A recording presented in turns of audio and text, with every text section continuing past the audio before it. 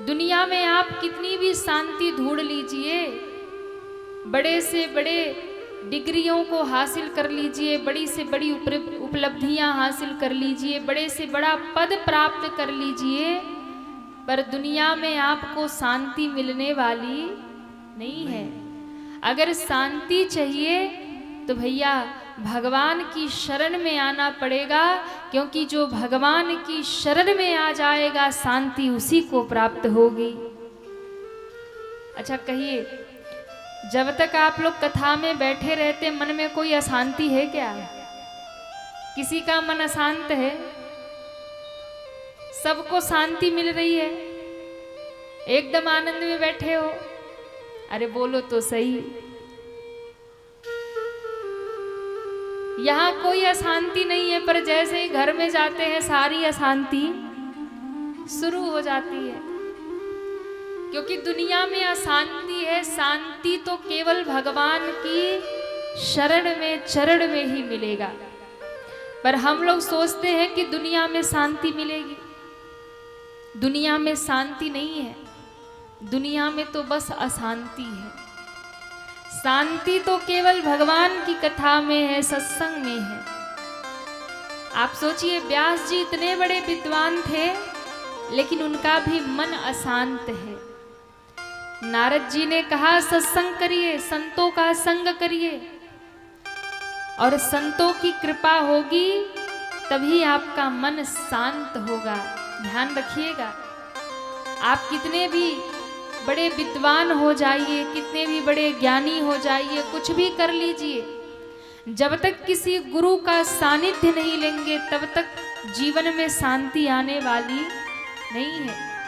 इसलिए किसी न किसी गुरु के शरण में जाइए, गुरु से जाकर के गुरु मंत्र धारण करिए, दीक्षा ग्रहण करिए, गुरु की शरण लीजिए, और जब गुरु की शरण में होकर के भगवान की भक्ति करेंगे, भजन करेंगे, तो आपके जीवन में सुख और शांति अपने आप ही आ जाएगा। शांति आपको स्वयं मिल जाएगी जब भक्ति में और भजन में आप लग जाएंगे। इसलिए नारद जी ने भी व्यास जी को कहा कि आपका मन भी शांत तभी होगा जब संतों की कृपा प्राप्त करेंगे, सत्संग करेंगे। और नारद जी ने अपने पूर्व जन्म की कथा सुनाई। नारद जी ने कहा आपको पता है मैं आपके सामने जो खड़ा हूं मैं कौन हूं? व्यास जी ने कहा आप तो देव ऋषि नारद हैं, आपको तो कौन नहीं जानता। आप देवर्षि नारद हैं, भगवान नारायण के सबसे प्रिय भक्त हैं, दिन रात वीणा पर नारायण नारायण नारायण करते रहते हैं। नारद जी ने कहा सुनो, मैं यदि सबसे बड़ा भगवान का भक्त बन गया और दिन रात नारायण नारायण करता हूं, तो ये भी संतों की ही कृपा है। आपको पता है मैं पूर्व जन्म में क्या था? बोले क्या थे? अब नारद जी अपनी कथा सुना रहे। देखिए देव ऋषि नारद कौन थे? आप लोगों ने सुनी है कथा? अरे कहिए ना, नारद जी कौन थे पता है? नहीं? सुनिए कथा। नारद जी व्यास जी को अपनी कथा सुना रहे हैं। नारद जी ने कहा कि मैं पूर्व जन्म में एक दासी का बेटा था, एक नौकरानी का बेटा था। मेरी माँ एक ब्राह्मण के घर में सेवा का काम करती थी, और उस दासी का बेटा आज देव ऋषि नारद बनकर के खड़ा हो गया, तो ये संतों की कृपा है। पूर्व जन्म की घटना सुना रहे नारद जी। पूर्व जन्म में एक दासी के बेटा थे, और महाराज जन्म लेते ही पिता की मौत हो गई। नारद जी कहते मैं इतना भागा था कि जब मेरा जन्म हुआ मेरे पिता की मौत हो गई। दुनिया वालों ने कहा बड़ा अभागा है, पैदा होते ही पिता को खा गया। संसार तो ऐसे ही बोलता है महाराज। माँ बिचारी बच्चे का पालन पोषण करती है, एक ब्राह्मण के घर में सेवा का काम करती है, बच्चे का पालन पोषण करती है। छोटा सा बच्चा था। एक बार चतुर्मास करने के लिए उस ब्राह्मण के घर में संत महात्मा आए, और जब संत महात्मा आए 4 महीने तक उस ब्राह्मण के घर में सत्संग रखा था, कथा होती थी, कीर्तन होता था। और वो जो छोटा सा बच्चा था, दासी का बालक था, वो वही खेलता रहता था। नारद जी ने कहा मैं वही खेलता रहता, और दिन रात मेरी माँ काम करती, मैं खेलता रहता, बचा खुचा भोजन मिल जाता, मेरी माँ मुझे खिला देती, कभी खुद खाती कभी भूखे रह जाती, जैसे तैसे गुजारा हो रहा था। लेकिन एक दिन क्या हुआ, अब देखिए संत की कृपा, गुरु की कृपा जब जीवन में होती है ना, तो जीवन बदल जाता है। एक दिन बच्चा खेल रहा था और खेलते खेलते उसे जोर की भूख लगी, और भूख लगी तो क्या हुआ, बोले भोजन किया महात्माओं ने, दोपहर को भोजन किया। माँ ने पत्तल उठाया, जूठे पत्तलों को ले जाकर फेंक दिया। किसी महात्मा के पत्तल में थोड़ा सा भोजन बचा था, और माँ ने जैसे ही पत्तल फेंका, थोड़ा सा भोजन किसी पत्तल में रह गया था। छोटा सा बच्चा खेलते खेलते भूख लगी थी, जाकर के वही खाने लगा। नारद जी कहते हैं जैसे ही वो संतों का जूठा मैंने खाया, उस प्रसाद को खाया, मेरे पाप कम हो गए। ध्यान रखिएगा, संतों का दर्शन ही पाप समाप्त कर देता है। संत का दर्शन, संत का स्पर्श, संत की वाणी, संत की डांट फटकार भी मिल जाए तो जीवन में कल्याण कर देती है। कोई संत यदि गुस्से में आपको कुछ उल्टा सीधा भी सुना देना तो दुखी मत होना। गुरु अगर क्रोध में डांट दे, महात्मा यदि क्रोध में आपको कुछ बोल दे, तो आप दुखी मत होना, प्रसन्न होना, क्योंकि संत का गुस्सा भी जीव का कल्याण कर देता है। गुरु का क्रोध भी आपका कल्याण कर देगा। अब क्या हुआ, बोले जैसे ही प्रसाद पाया, पाप कम हुए। वो बच्चा जो रोज खेलता रहता था, सत्संग में आकर बैठ गया। नारद जी कहते हैं मैं पीछे बैठता था, वो महात्मा क्या कह रहे हैं मुझे समझ में नहीं आता था, पर बैठा रहता था। धीरे धीरे कथा सुनते सुनते मेरा पाप और कम हुआ। अब मैं कथा में आकर के आगे बैठने लगा, आगे बैठने लगा, और धीरे धीरे समय बीता। कथा सुनते सुनते, सत्संग करते करते, ध्यान रखिएगा, जब आप लगातार कथा सुनते रहेंगे, सत्संग करते रहेंगे, संतों का संग करते रहेंगे, तो आपकी सारी जितने भी अंधकार हैं, अज्ञानता है, सब समाप्त हो जाएगा।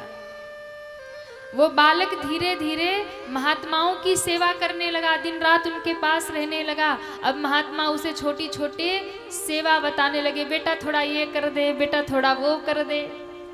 छोटा सा बच्चा दिन भर सेवा में लगा रहता।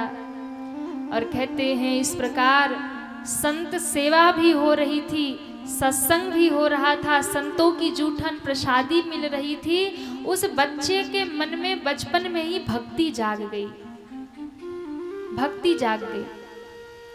और देखिए, इसलिए कहते हैं कि बच्चों को कथा में लेकर आइए, उन्हें बचपन से ही कथा में, सत्संग में, गुरु के पास मंदिर लेकर जाइए, तब उनके अंदर भक्ति आएगी, तब उनके अंदर धर्म जागेगा, तब उनके अंदर संस्कार जागेगा। और यदि बचपन से उन्हें भक्ति से नहीं जोड़ा, भगवान से नहीं जोड़ा, तो फिर बड़े होके कहेगा हम भगवान को नहीं मानते। माँ बाप से ही कहेगा पूजा पाठ मत किया करो, भगवान कुछ नहीं होते। और फिर वही बच्चा माँ बाप को भी मानने से इनकार कर देगा। ध्यान रखिएगा, जो माँ बाप को नहीं मानेगा, जो भगवान को नहीं मानेगा, वो माँ बाप को भी नहीं मानेगा। पक्की बात है। माँ बाप की सेवा वही करेगा जो धर्म को मानेगा, जो भगवान को मानेगा, वही माँ बाप की सेवा करेगा। तो महाराज, छोटा सा बच्चा, मन में भक्ति जाग गई। बच्चों को सत्संग में लेकर जाइए, कथा श्रवण कराइए, सत्संग कराइए, संतों की बाणी सुनवाइए। न जाने कौन सी बात उनके मन में बैठ जाए और उनका जीवन बदल जाए। न जाने कौन सी बात उनके हृदय में आ जाए और उसके मन में भक्ति जाग जाए, उसके मन में संस्कार आ जाए, उसका जीवन बदल जाए। छोटे से बच्चे के मन में भक्ति जाग गई। अब तो दिन रात भजन करने लगा। नारद जी ने कहा 4 महीना बीत गया, चतुर्मास समाप्त हुआ। महात्माओं ने चतुर्मास समाप्त करके अब जाने के लिए आग्रह किया। कहते हैं जब महात्मा जाने लगे तो बच्चा जोर जोर से रोने लगा। बोले गुरुजी, हमें भी अपने साथ ले चलो, हमें भी अपने साथ ले चलो। और कहते हैं जब बच्चा रोने लगा कि मुझे अपने साथ ले चलिए, अब मैं नहीं रह सकता। माँ दूर बैठी देख रही थी, ये महात्मा लोग कहीं मेरे बेटे को लेकर चले ना जाएं। बर्तन मांज रही थी, छोड़ दिया, दौड़ी दौड़ी आई। महात्माओं से कहती है महाराज, एक ही तो मेरा बेटा है, मेरे पति भी नहीं है, एक ही बेटा है और इसको आप लेकर चले जाएंगे तो मैं किसके सहारे जीऊंगी? यही तो मेरा सहारा है, मेरे बेटे को मत ले जाओ।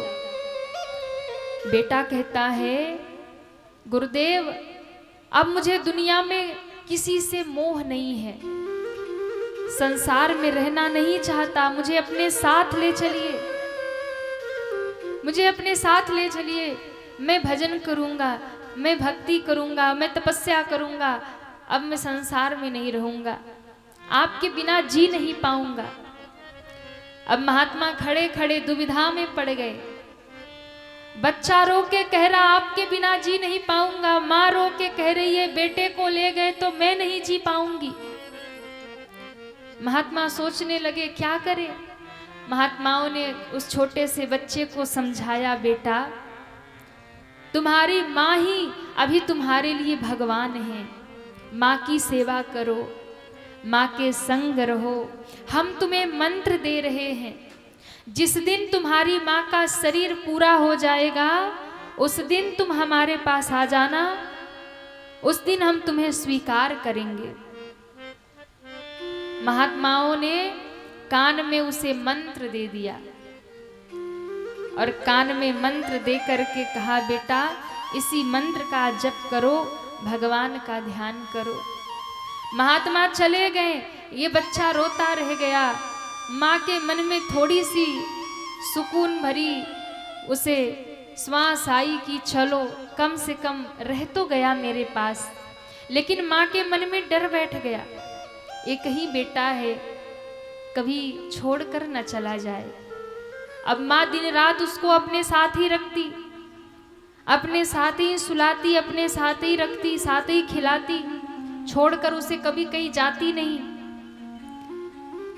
अब इसको बंधन लगने लगा, इसके मन में लगने लगा कि अगर माँ नहीं होती तो मैं अपने गुरुदेव के साथ चला गया होता, मेरे भजन में मेरी माँ ही बाधा है। भगवान से प्रार्थना करने लगा कि माँ, हे प्रभु कुछ भी करिए, मेरी माँ से मुझे छुट्टी मिल जाए। भगवान ने लीला कर दी। गौशाले में दूध निकालने गई, एक दिन काले सर्प ने उस माँ को डस लिया, माँ की मौत हो गई। दुनिया भागी, गांव के लोग भागे। उस बच्चे को जाके कहा, बेटा तेरी माँ इस दुनिया में नहीं रही। नारद जी कहते हैं उस दिन मेरे आंखों से 2 आंसू निकले, एक आंख से ठंडे आंसू निकले, एक आंख से गर्म आंसू निकले। गर्म आंसू दुख के निकले, ठंडे आंसू सुख के निकले। दो प्रकार के आंसू। देखो, व्यक्ति जब सुख में, कई बार बड़ी प्रसन्नता में आंखों से आंसू आती है ना, उस समय आंसू ठंडे होते हैं, कभी अनुभव करिएगा। और कभी व्यक्ति जब दुख में रोता है, कष्ट में रोता है ना, तो आंसू गर्म निकलते हैं। दुख में जब रोएंगे तो आंसू गर्म है, और कभी प्रसन्नता में, कभी बड़ी खुशी में आंखों से आंसू छलकते हैं, तो वो आंसू ठंडे होते, सुख के आंसू।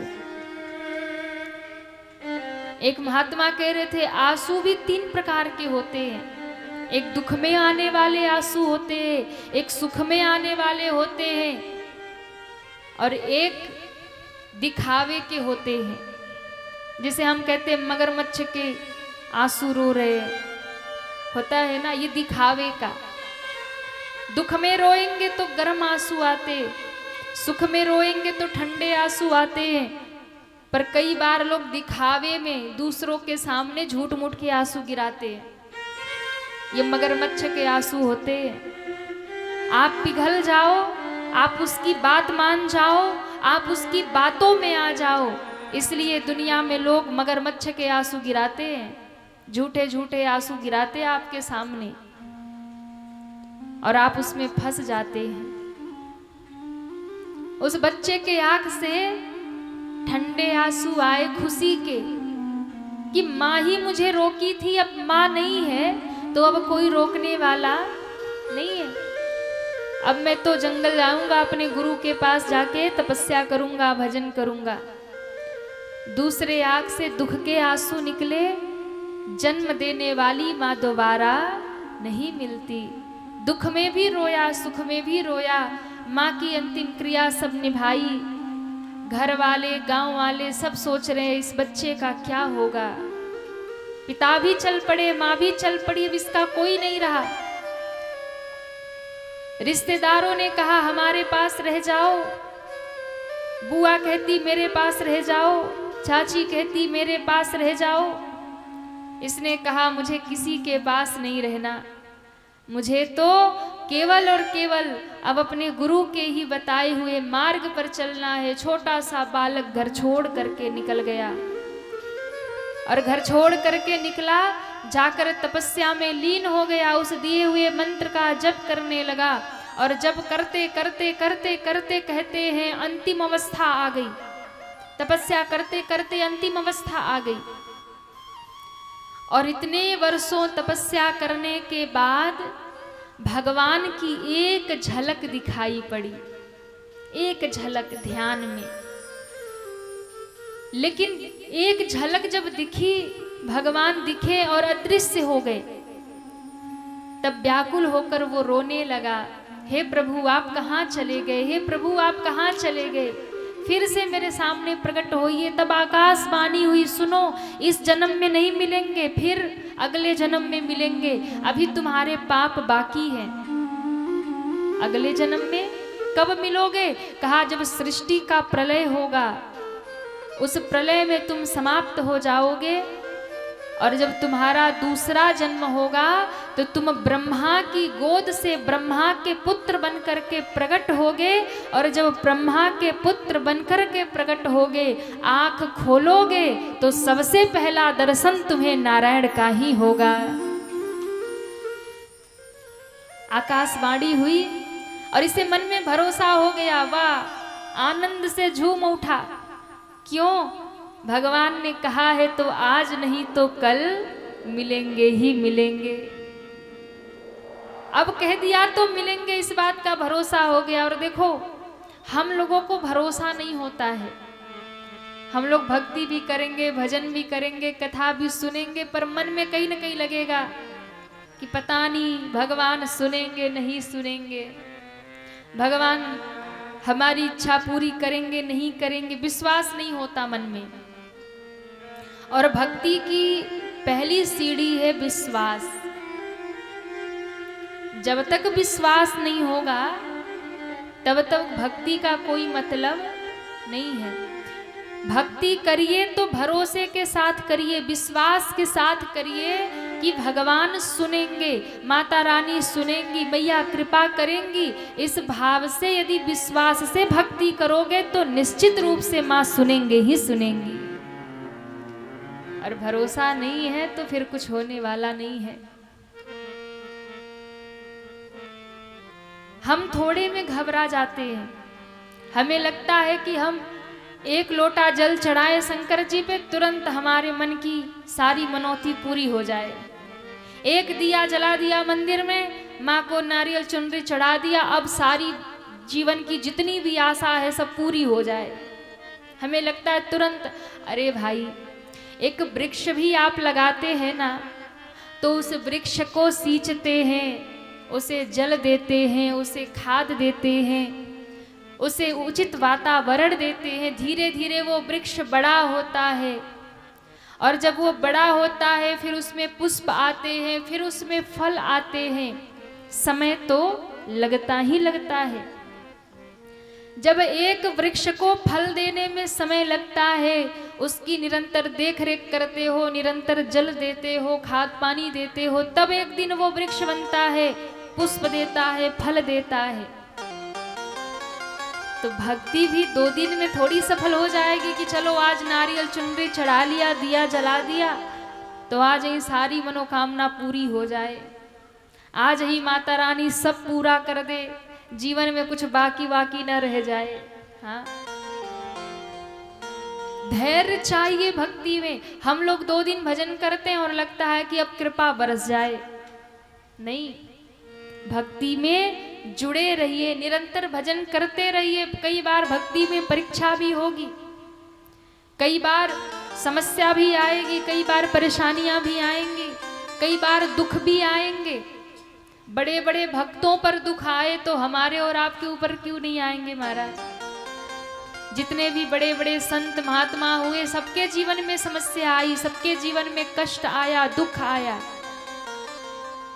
इसलिए धैर्य के साथ, विश्वास के साथ भक्ति करिए कि आज नहीं मिला तो कल जरूर मिलेगा, आज नहीं मिला तो कल जरूर मिलेगा। ऐसा नहीं कि आज भजन किया, कुछ नहीं मिला तो अब छोड़ दिया, अब नहीं करेंगे भक्ति, अब नहीं करेंगे भजन, भगवान तो सुनते ही नहीं। अरे भाई, सुनेंगे, परीक्षा भी लेंगे, दुख भी देंगे, लगे रहिए। और निरंतर जो लगा रहेगा उसी को कुछ मिलेगा। बीच रास्ते छोड़ के भाग गए तो कुछ मिलने वाला नहीं है। और आजकल का तो समय ऐसा है ना कि लोग गुरु बदल लेते हैं। हाँ, एक जगह गुरु बनाया, गुरु मंत्र का जाप किया, बोले महाराज कष्ट तो दूर ही नहीं हो रहे, तो बोले चलो दूसरे गुरु जी के पास। दूसरे गुरु के पास गए, बोले आप कोई उपाय बताओ। दूसरे गुरु जी को गुरु बना लिया, वहां भजन करने लगे, बोले इनसे भी काम नहीं बना। तीसरे कोई किसी ने कहा वो चमत्कारी है, उनके पास चलो, 2 मिनट में दुख दूर कर दे, तो उनके पास चल पड़े।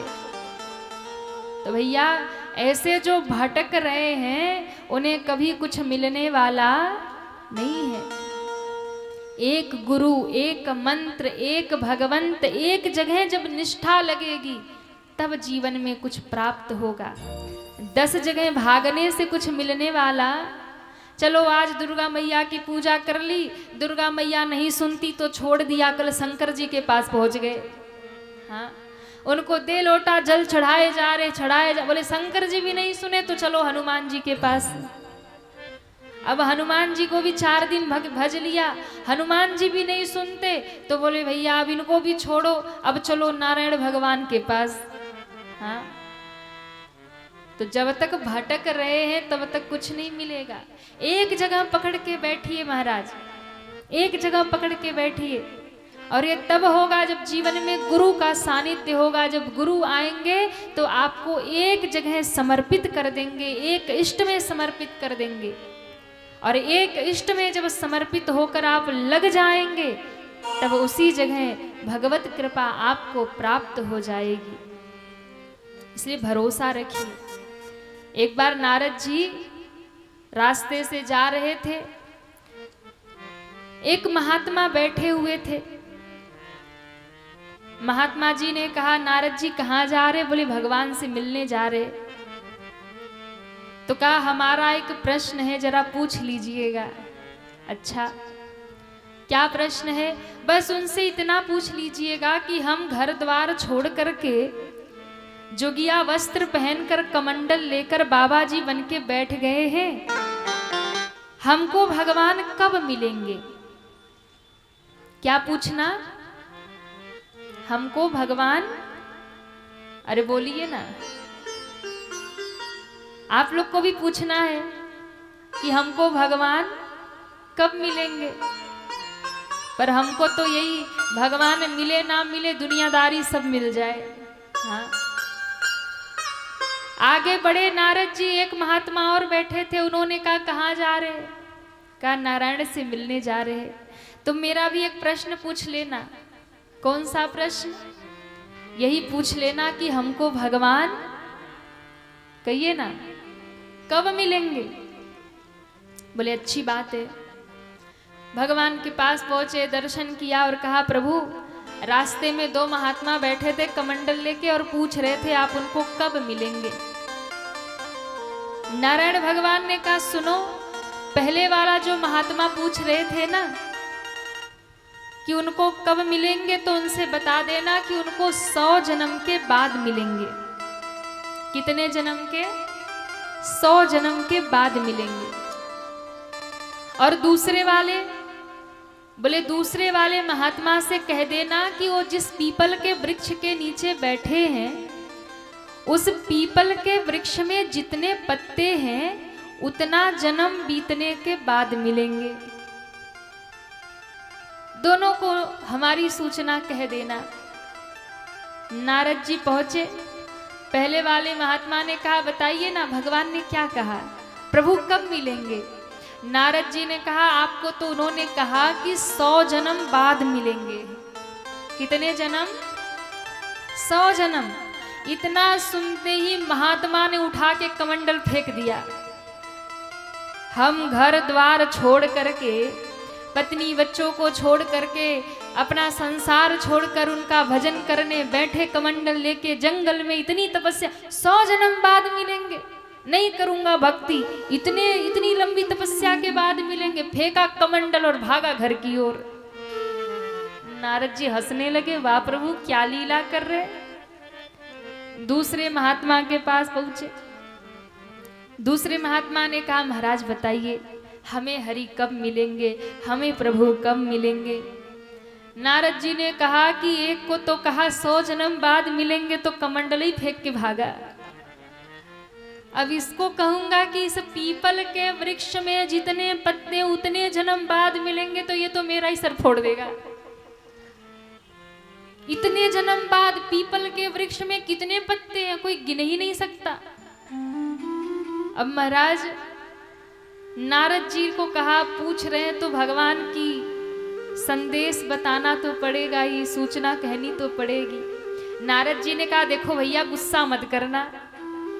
बोले नहीं नहीं आप बस बता दो ना भगवान ने क्या कहा, बस आप ये बता दो। बोले क्रोध मत करिएगा, जरा धैर्य से सुनिएगा, लंबी अवधि बताइए। बोले कितनी? कहा उन्होंने कहा है इस पीपल के वृक्ष में जितने पत्ते हैं उतना जन्म बीतने के बाद मैं तुम्हें मिलूंगा। इतना सुनते ही महात्मा नाचने लगे, झूमने लगे, भक्ति में उछलने कूदने लगे, जय हो प्रभु, जय हो प्रभु करने लगे। नारद जी ने आश्चर्य में देखा, बोले अरे महात्मन इतनी लंबी अवधि बाद आप नाच रहे, क्या हो गया? बोले कम से कम इतना तो कहा कि मिलेंगे। अरे वो 1000 जन्म बाद मिले उससे हमसे क्या मतलब, इतना तो कह दिया मिलेंगे, और कहा है तो पक्का मिलेंगे, इसीलिए मैं नाच रहा हूं। चलो मिलने को तो कह दिया। और कहते हैं उसी पीपल के वृक्ष से नारायण प्रकट हो गए, उसी समय प्रकट हो गए, उसी समय प्रकट हो गए। नारद जी टुकुर टुकुर देख रहे हैं। नारद जी ने कहा प्रभु आप भी झूठ बोलते हैं क्या? भगवान ने कहा क्या मतलब? बोले अभी तो आप कह रहे थे कि जितने पीपल के पत्ते हैं इतने जन्म बाद मिलेंगे, अभी 2 ही मिनट में प्रकट हो गए। बोले नारद मैं इसको मिलने वाला था उस महात्मा को 100 जन्म बाद ही मिलने वाला था, पर वो बीच रास्ते ही भक्ति छोड़ दिया, विश्वास छोड़ दिया, भजन छोड़ दिया, घर को चला गया। उसने मेरी प्रतीक्षा नहीं की, लेकिन इस महात्मा को इतने लंबे समय बाद मिलना था, पर इसका उमंग देखो, उत्साह देखो। इसको तो लगा कि जैसे आज ही मिल गया। इसकी भक्ति को देख करके मैं इतने जन्मों बाद इसे मिलने वाला था, पर भक्ति देख करके मैं आज ही प्रकट हो गया। इसका विश्वास देखकर, इसकी प्रसन्नता देखकर मैं आज ही प्रकट हो गया। इसलिए भगवान पर भरोसा रखिए, भक्ति पर भरोसा रखिए, और जब तक भरोसा नहीं रखेंगे तब तक भगवान मिलने वाले नहीं हैं।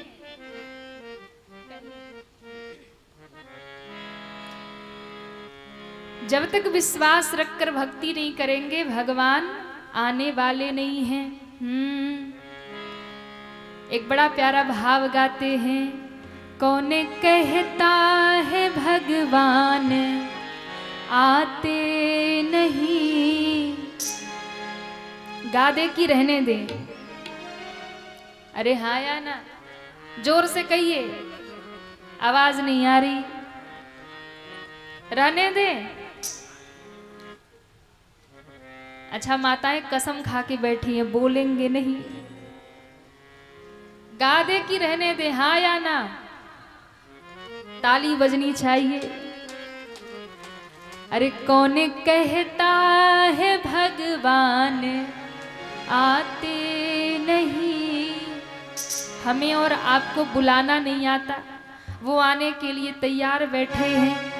कौन कहता है भगवान आते नहीं, कौन कहता है भगवान आते नहीं। तुम मीरा के जैसे बुलाते नहीं, तुम मीरा के जैसे बुलाते नहीं। ओ तुम मीरा के जैसे बुलाते नहीं। तुम मीरा के जैसे बुलाते नहीं।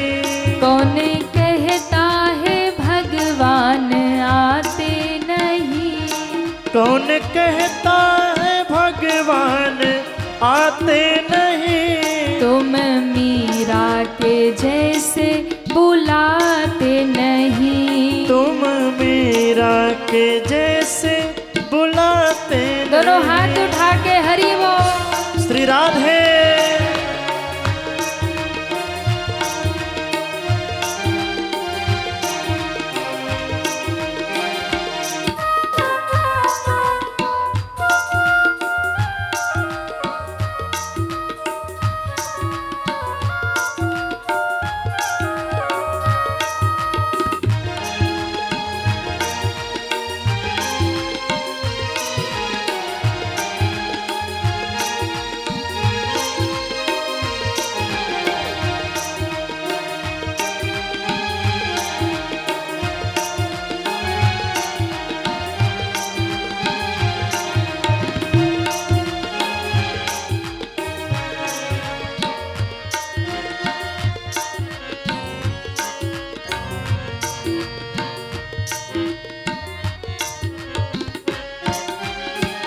और कौन कहता है भगवान खाते नहीं। कौन कहता है भगवान खाते नहीं। कौन कहता है भगवान खाते नहीं। कौन कहता है भगवान खाते नहीं। बेर शबरी के जैसे खिलाते नहीं।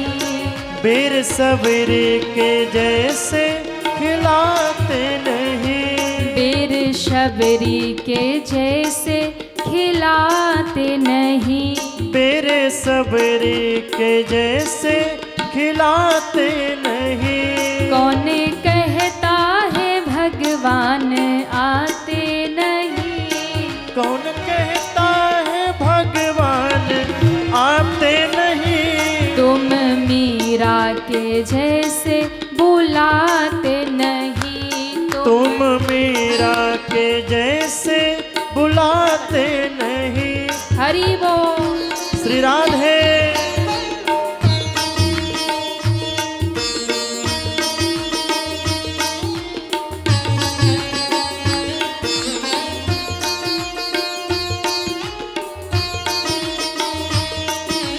जय जय।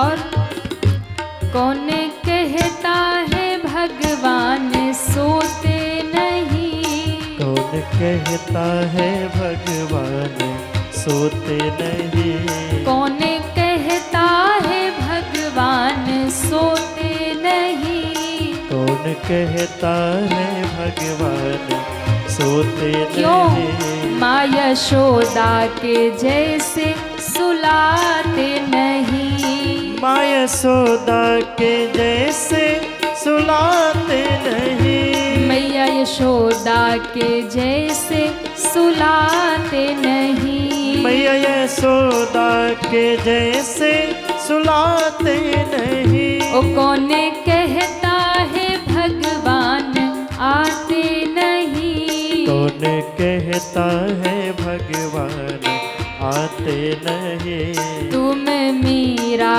के जैसे बुलाते नहीं। तुम मीरा के जैसे बुलाते। दोनों हाथ उठा के सभी तालियां बजाते हुए हरि बोल। श्री राधे।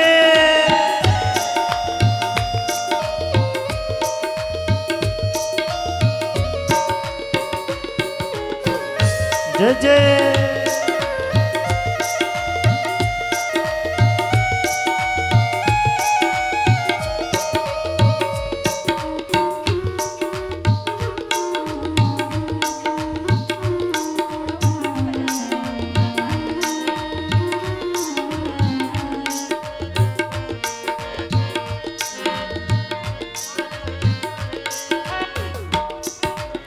और कौन कहता है भगवान नाचते नहीं।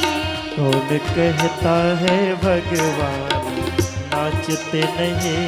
कौन कहता है भगवान नाचते नहीं।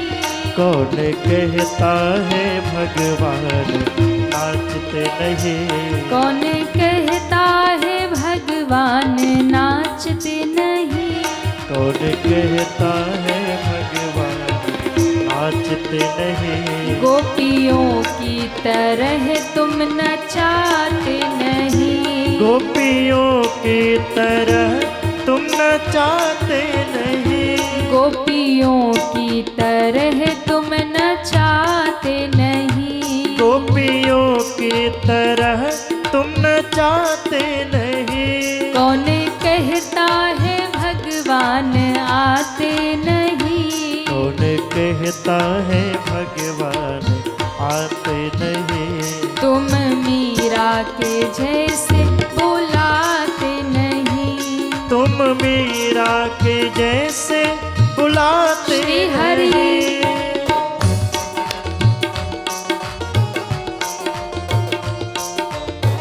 श्री राधे।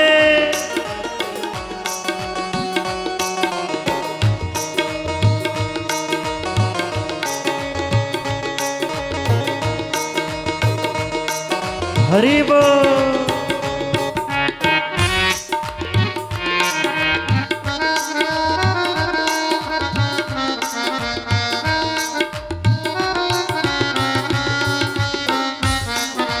जय जय। और कौन कहता है गीता सुनाते नहीं। कौन कहता है गीता सुनाते नहीं। कौन कहता है गीता सुनाते नहीं। कौन कहता है गीता सुनाते नहीं। कौन कहता है गीता सुनाते नहीं। कौन कहता है गीता सुनाते नहीं। पार्थ की भावना तुम दिखाते नहीं। पार्थ की भावना तुम दिखाते नहीं। ऐसे नहीं, दोनों हाथ ऊपर करिए सभी और तालियां बजाते हुए। कौन कहता है भगवान आते नहीं। कौन कहता है भगवान आते नहीं। तुम मीरा के जैसे बुलाते नहीं। तुम मीरा के जैसे बुलाते नहीं। बेर शबरी के जैसे खिलाते नहीं। बेर सबरी के जैसे खिलाते नहीं। माँ यशोदा के जैसे सुलाते नहीं। माँ यशोदा के जैसे सुलाते नहीं। तुम मीरा के जैसे बुलाते नहीं। तुम मीरा के जैसे बुलाते नहीं। तुम मीरा के जैसे बुलाते नहीं। तुम मीरा के जैसे बुलाते नहीं। तुम मीरा के से बुलाते नहीं। तुम मीरा के जैसे बुलाते नहीं।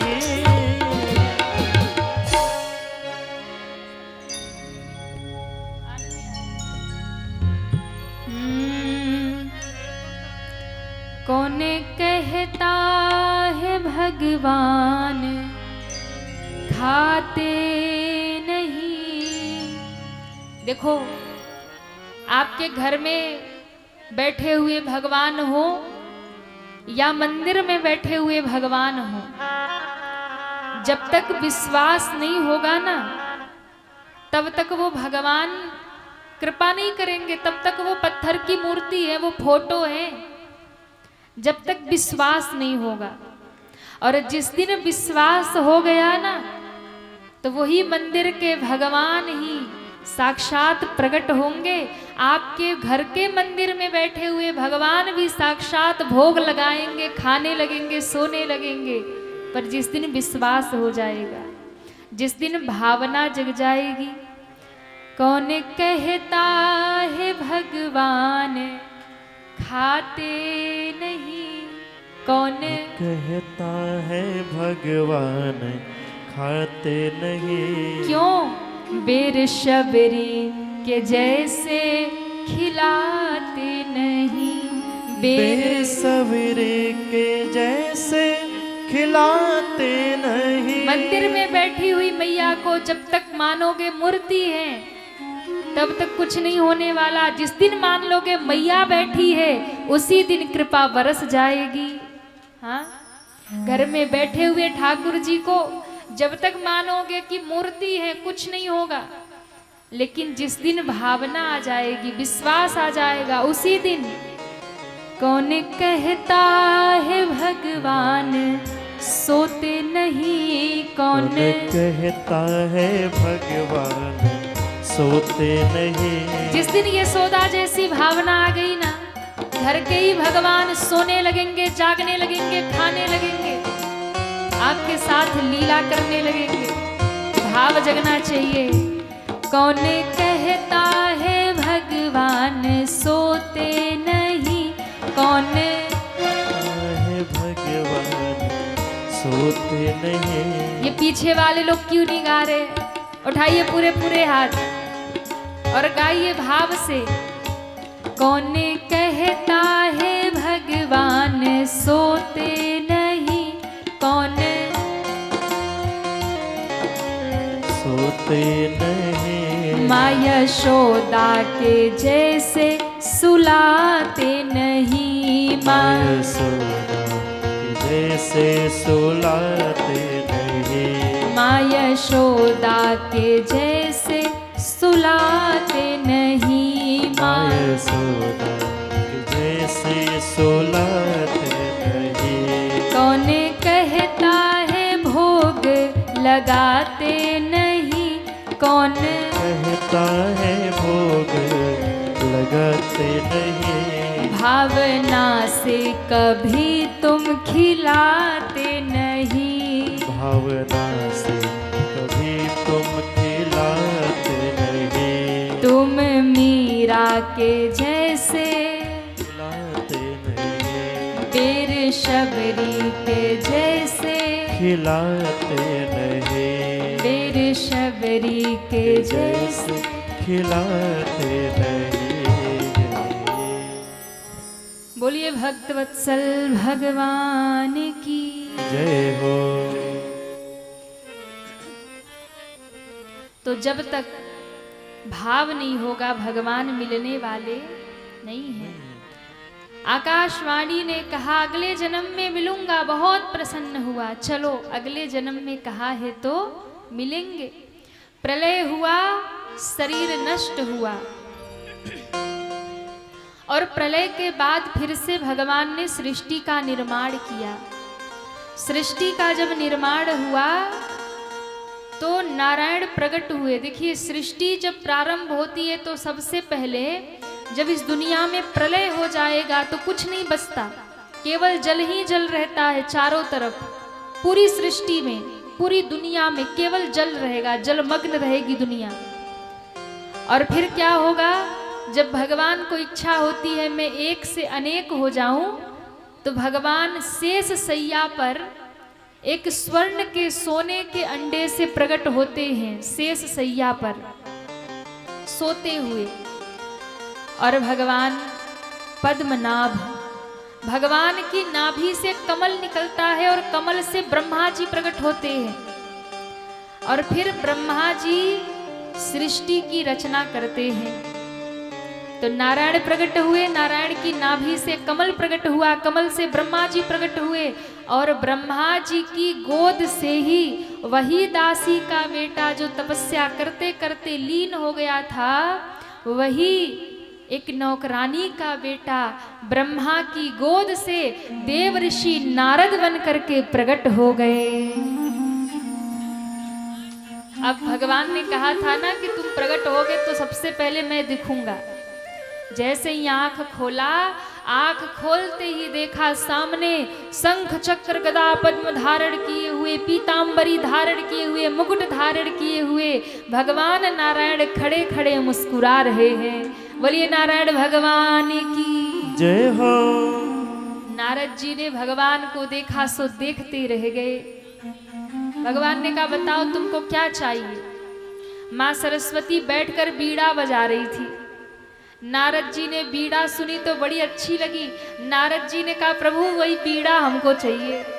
भगवान दौड़े दौड़े गए, माँ सरस्वती का बीड़ा ला करके नारद जी को दे दिया। अब भगवान ने मुस्कुरा के पूछा बताओ इसका करोगे क्या। तो कहा प्रभु इन बीड़ा के तारों पर मैं आपका नाम गाऊंगा। अब मुझे कुछ और नहीं करना, दिन रात बस नारायण नारायण नारायण नारायण करूंगा। भगवान बड़े प्रसन्न हुए। भगवान ने कहा जाओ आज से तुम्हारी गति आबाद हो गई। तुम ना कभी मरोगे ना कभी जन्म लोगे, जन्म मरण के बंधन से मुक्त हो गए। आज से तुम्हारा नाम देव ऋषि नारद होगा। नारद का अर्थ क्या है? नारद, जिसकी वाणी कभी रद्द नहीं हो सकती वो नारद है। एक बार नारद जी जो कह देना वो हो जाएगा। मैं तुम्हें शक्ति देता हूं, तुम त्रैलोक में भ्रमण करोगे, जहां चाहोगे वहां पहुंच जाओगे। और नारायण भगवान ने नारद जी को वरदान दिया, नारद तुम जहां भी मुझे पुकारोगे, तुम किसी लोक में रहोगे, दुनिया में कहीं रहोगे, जिस दिन तुम मुझे इस बीड़ा पर हाथ रखकर एक बार नारायण करके मुझे याद करोगे, इन्हीं बीड़ा के तारों से निकलकर मैं तुम्हारे सामने प्रकट हो जाऊंगा। नारद जी प्रसन्न हो गए। आहा, आज व्यास जी को अपनी कथा सुनाते हुए कहते हैं व्यास जी मैं वही नारद, मैं देव ऋषि नारद बन गया, वही एक दासी का बेटा, पर गुरु कृपा संत कृपा मेरे ऊपर जब हो गई तो मैं देव ऋषि नारद बन गया। ये सरस्वती, ये पीड़ा कोई साधारण नहीं, ये सरस्वती माँ की पीड़ा है जो मेरे हाथों में है। इसी पर मैं भगवान का नाम गाता हूँ। आप भी भगवान का नाम गाइए, आपके भी मन को शांति मिलेगी। नारद जी उन्हें चतुर श्लोकी भागवत सुनाकर चले गए। व्यास जी ने उस चतुर श्लोकी भागवत को 18,000 श्लोकों में लिख दिया। महाराज बोलिए भागवत महापुराण की जय हो। और वही जब भागवत की रचना की और सुखदेव जी ने भागवत की श्लोकों को जब सुना, इतना उन्हें रस मिला, लौट कर पिता के पास समाधि छोड़कर वापस आए और कहा पिताजी मुझे भागवत सुनाइए। पर भागवत के अधिकारी हैं कि नहीं इसकी परीक्षा ली गई। महाराज जनक के दरबार में सुखदेव जी की परीक्षा हुई कि ये भागवत के अधिकारी हैं कि नहीं। और जब परीक्षा में उत्तीर्ण हो गए तब इन्हें व्यास जी ने भागवत श्रवण करवाया और फिर सुखदेव जी ने उसी भागवत को राजा परीक्षित को सुनाया। भागवत की कथा शुरू हुई महाभारत के अंत से। महाभारत का अंत हो रहा है, कौरव मारे गए, पांडव विजयी हो गए, हस्तिनापुर का राज्य मिल गया। और कहते जब हस्तिनापुर का राज्य पांडवों को मिल गया तो भगवान द्वारिका जा रहे थे। उसी समय अश्वत्थामा ने उत्तरा के गर्भ में एक बालक था, उसके ऊपर ब्रह्मास्त्र छोड़ दिया। गर्भ में भगवान ने उस बालक की रक्षा की जो पांडवों के कुल का आखिरी संतान था। उस बालक की रक्षा करी भगवान ने। और वो कौन थे? वही राजा परीक्षित थे। भगवान ने गर्भ में रक्षा करी। परीक्षित जी का जन्म होता है और जब परीक्षित जी का जन्म हुआ तो बड़ा आनंद हुआ। और उसके बाद धीरे धीरे समय बीता, भगवान पृथ्वी छोड़कर जब चले गए, पांडवों ने स्वर्गारोहण किया, परीक्षित जी को गद्दी पर बिठा दिया, राज्य काज्य पकड़ा दिया, सब परीक्षित जी करने लगे। और इतना सुंदर परीक्षित जी ने राज्य का संचालन किया, ऐसा लगता था कि द्वापर का अंत नहीं हो रहा, ऐसा लगता था कि सतयुग प्रारंभ हो रहा। एक दिन राजा परीक्षित की भेंट हो गई कलयुग से। और कलयुग को जब देखा कि कलयुग बड़ा अत्याचार कर रहा है तो राजा परीक्षित मारने दौड़े। कलयुग ने कहा सुनो, मेरे पास एक ऐसी युक्ति है जिससे लोग बिना कुछ किए भवसागर से पार हो जाएंगे। तो कौन सी युक्ति है?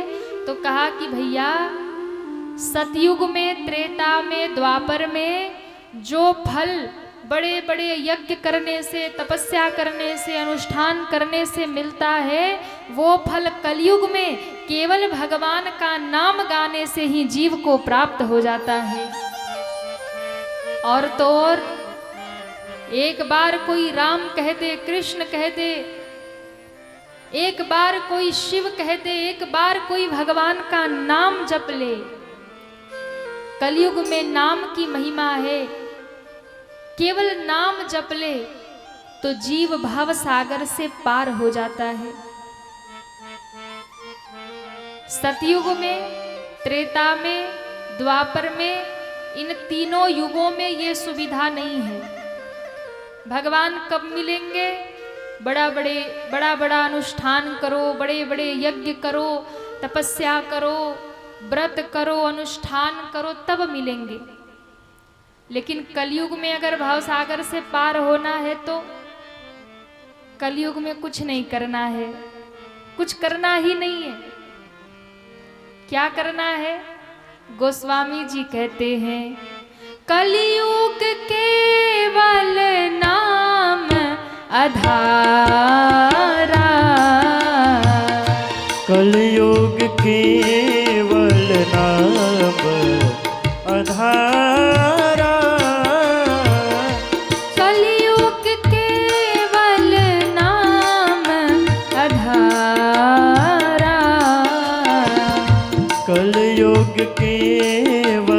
नाम आधारा। सुमिर सुमिर नर उतरहि पारा।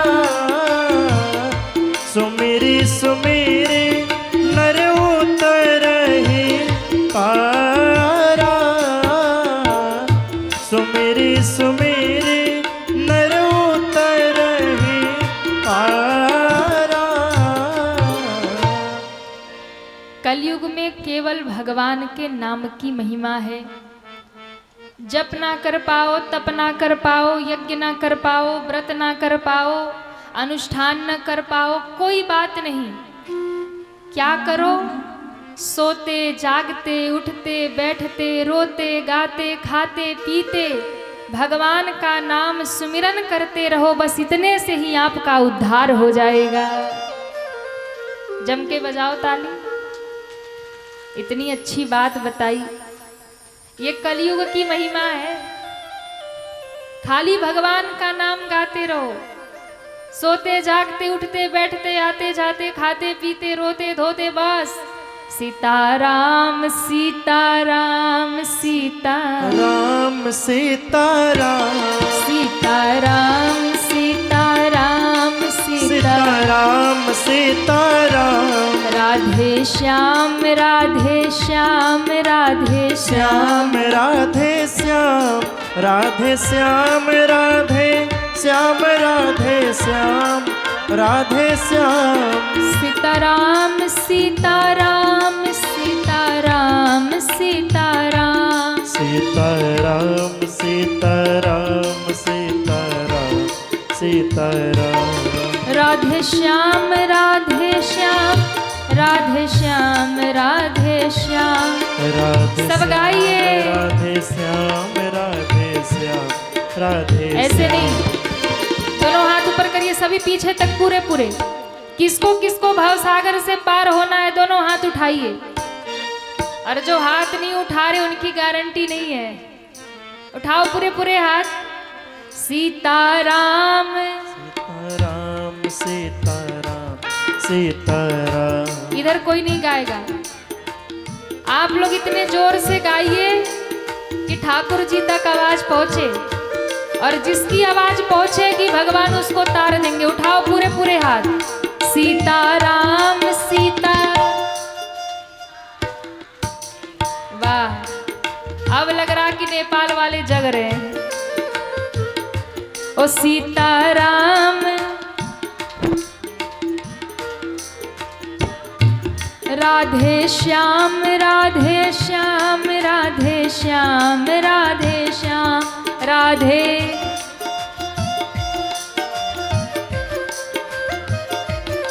तबला धीरे। आप लोगों की आवाज पहुंचनी चाहिए। पूरे पूरे हाथ ऊपर करिए और इतने जोर से गाइए भगवान तक आवाज पहुंचे। राधे श्याम राधे श्याम राधे श्याम राधे श्याम राधे।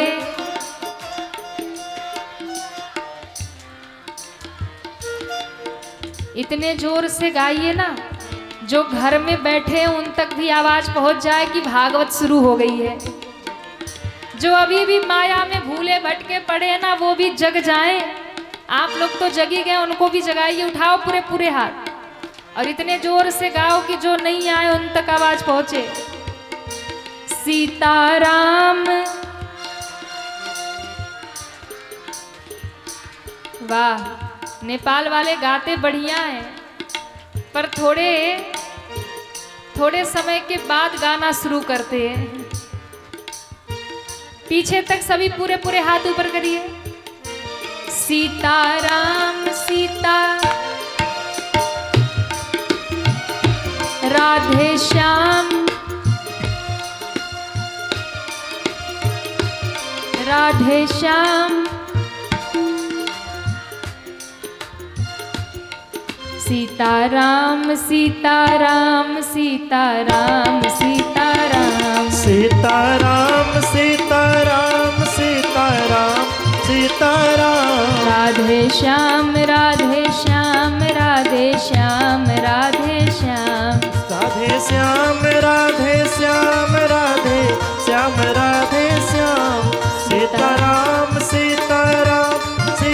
सीताराम सीताराम सीताराम सीताराम राधे श्याम सीताराम सीताराम। तो कलयुग में भव सागर से पार होना है तो क्या करेंगे? क्या करेंगे? सीताराम सीताराम सीताराम राधे श्याम राधे श्याम राधे श्याम। बस यही उपाय है मैयाओं। भोजन बनाते रहिए, शुरू हो जाइए। सीताराम।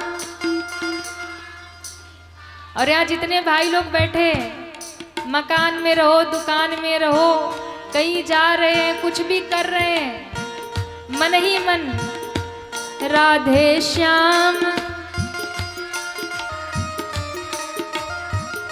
सोते जागते उठते बैठते खाते पीते रोते धोते जपते रहिए। ज्यादा कुछ नहीं करना, इतने में ही भवसागर से पार हो जाएंगे। पार हो जाएंगे महाराज, ज्यादा कुछ चिंता करने की जरूरत नहीं है। अब आप सोचिए, कलयुग में मुक्ति पाना कितना सरल है। सरल है कि नहीं? इतना सरल ना सतयुग में है, ना त्रेता में है, ना द्वापर में है। जैसे ही परीक्षित जी ने सुना कि कलयुग में इतना अच्छा गुण है कि कुछ करना नहीं पड़ेगा, बस सीताराम राधे श्याम कहो और भवसागर से पार हो जाओ, छोड़ दिया। और जब छोड़ दिया तो महाराज आकर कलयुग राजा के ही मुकुट में बैठ गया। अब कलयुग सिर पे बैठ गया, और जब कलयुग सिर पे बैठ गया तो राजा ने एक महात्मा का अपमान कर दिया। एक महात्मा का अपमान कर दिया, और महात्मा के पुत्र ने, समीक ऋषि के पुत्र ने उन्हें श्राप दे दिया, क्योंकि इन्होंने राजा के गले में मरा हुआ सर्प डाल दिया कि राजा होकर मैं तुम्हारे द्वार पर आया, तुम मेरा सम्मान नहीं कर रहे हो। ऋषि ध्यान में बैठे थे, सम्मान करने नहीं उठे, तो कलयुग सिर पे बैठा था, कलयुग ने सब करवाया। राजा परीक्षित ने मरा हुआ सर्प महात्मा के गले में डाल दिया। समीक ऋषि के पुत्र हैं श्रृंगी ऋषि, उन्होंने श्राप दे दिया। जिस राजा ने, तुम क्या कर रहे हो?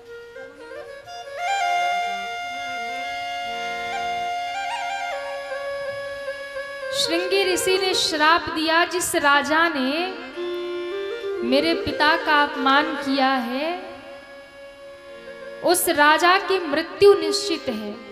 मैं श्राप देता हूं। इति लंघित मर्यादकम तक्षको सप्तमेहनी।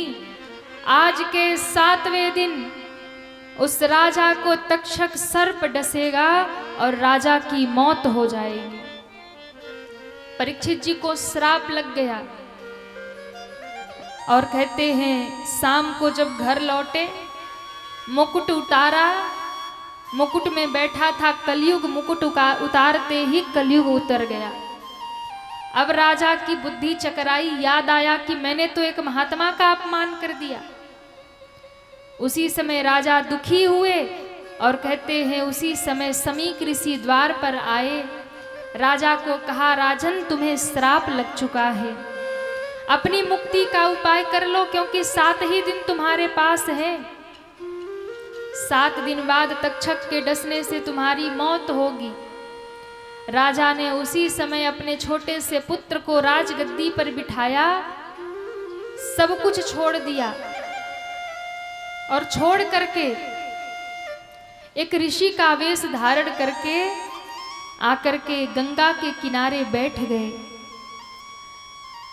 राजा को श्राप लगा है, ये बात सुनकर सारे संत महात्मा ऋषि मुनि एकत्रित हो गए, और कहते हैं जब संत महात्मा एकत्रित हुए, सब दुखी हैं, ऐसा धर्मात्मा राजा, और उसकी ऐसी मौत होगी सर्प के काटने से।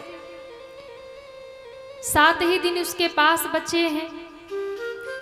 परीक्षित जी ने कहा, मैं बड़ा सौभाग्यशाली हूँ, मुझे आप जैसे संतों का दर्शन हो रहा। क्यों? मैं पूरे जीवन दुनिया भर में घूमता और सोचता कि इतने सारे संतों का मुझे दर्शन हो जाए, तो भी मुझे कभी आप लोगों का दर्शन नहीं हो पाता। लेकिन श्राप की बात सुन करके वो महात्मा जो हजारों वर्षों से पहाड़ों में, गुफाओं में, कंदराओं में बैठे थे, तपस्या छोड़ छोड़ करके यहाँ मेरे सामने प्रकट हो गए। मैं एक साथ इतने महात्माओं का दर्शन कर रहा, मुझे तो कुछ करने की जरूरत नहीं, मैं तो आपके दर्शन मात्र से ही भवसागर से पार हो जाऊंगा। सारे महात्मा दुखी हैं राजन, तुमने धर्म को संभाल रखा था, अब तुम्हारे जाने के बाद हमें ये भी पता है कि अधर्म बढ़ेगा और अधर्म बढ़ने के साथ साथ कलयुग भी अपने चरम पर पहुंचेगा। लेकिन अब तुम्हारे पास तो 7 दिन बचे हैं। राजा ने कहा, ये तो बहुत खुशी की बात है। आप सोचिए, किसी व्यक्ति को कोई कह दे कि भैया अब आप खाली 1 महीने के मेहमान हैं, 1 महीना बचा है और 1 महीने बाद मृत्यु निश्चित है। आप सोचिए उस व्यक्ति की क्या हालत होगी, जिसको पता चल जाए कि बस 1 महीना मेरे पास है। कहाँ कहाँ जाएगा, कितनों के सामने रोएगा, गिड़गिड़ाएगा, लोगों से माफिया मांगता फिरेगा, किसी से कहेगा मुझे बचा लो, हर प्रकार से प्रयास करेगा। पर राजा परीक्षित ने जब सुना कि मेरे पास बस जीवन का 7 दिन बचा है ना, तो राजा परीक्षित प्रसन्न हो गए। क्यों प्रसन्न हो गए? राजा परीक्षित ने कहा, देखो मौत तो एक ना एक दिन आनी ही है, लेकिन मौत कब आएगी ये किसी को पता होता नहीं है। पता होता है क्या? अचानक से सुनाई पड़ता है कि वो व्यक्ति चला गया, और जो गया उसे भी नहीं पता होता कि अगले क्षण में चला जाऊंगा, किसी को खबर नहीं है। यहाँ जितने लोग बैठे हैं ना, हम और आप नहीं जानते कि कब हमारा समय पूरा हो जाएगा और कब हमें जाना पड़ जाएगा। अच्छा, किसी को मालूम है कि हम कब जाएंगे? किसी को मालूम नहीं है। कब मौत आ जाएगी कोई भरोसा नहीं है। राजा परीक्षित ने कहा कि मौत तो 7 सेकंड भी नहीं बताती है पहले कि मैं आ रही हूं। 7 मिनट पहले भी लोगों को नहीं पता होता है कि मैं जाने वाला हूं। पर मेरे ऊपर भगवान की कितनी बड़ी कृपा है कि मुझे 7 दिन पहले ही पता चल गया। मेरे पास तो अभी 7 दिन बचा है। इन 7 दिनों में मैं कोई न कोई मुक्ति का उपाय कर लूंगा। संसार में मौत निश्चित है, मरना सबको है, पर कब जाना है, कैसे जाना है, ये किसी को खबर नहीं है। मेरे ऊपर भगवान की कृपा हो गई। और देखिए, जो भक्त होता है ना, वो दुख के समय को भी भगवान की कृपा मान लेता है। राजा परीक्षित ने कहा कि ये भगवान की कृपा है, मेरे पास 7 दिन बचे हैं और इन 7 दिनों में गुरु कृपा हो गई तो मुझे भगवान की प्राप्ति हो जाएगी, मुक्ति की प्राप्ति हो जाएगी। मैं अपनी मुक्ति का उपाय कर लूंगा। ध्यान रखिएगा, 7 दिन का ही जीवन हमारा और आपका भी है।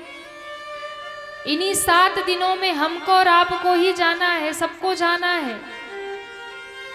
8वां दिन किसी का आने वाला नहीं है। अच्छा बताइए, 8वां दिन किसी का आएगा? कई लोग नहीं बोल रहे हैं, उनको लगता है आएगा। अरे महाराज, अभी तो हम 100 साल जिएंगे। सप्ताह में कितने दिन होते हैं? कहिए ना, 7 दिन होते हैं ना। इन सप्ताह के इन 7 ही दिनों में हम सबका आना जाना है।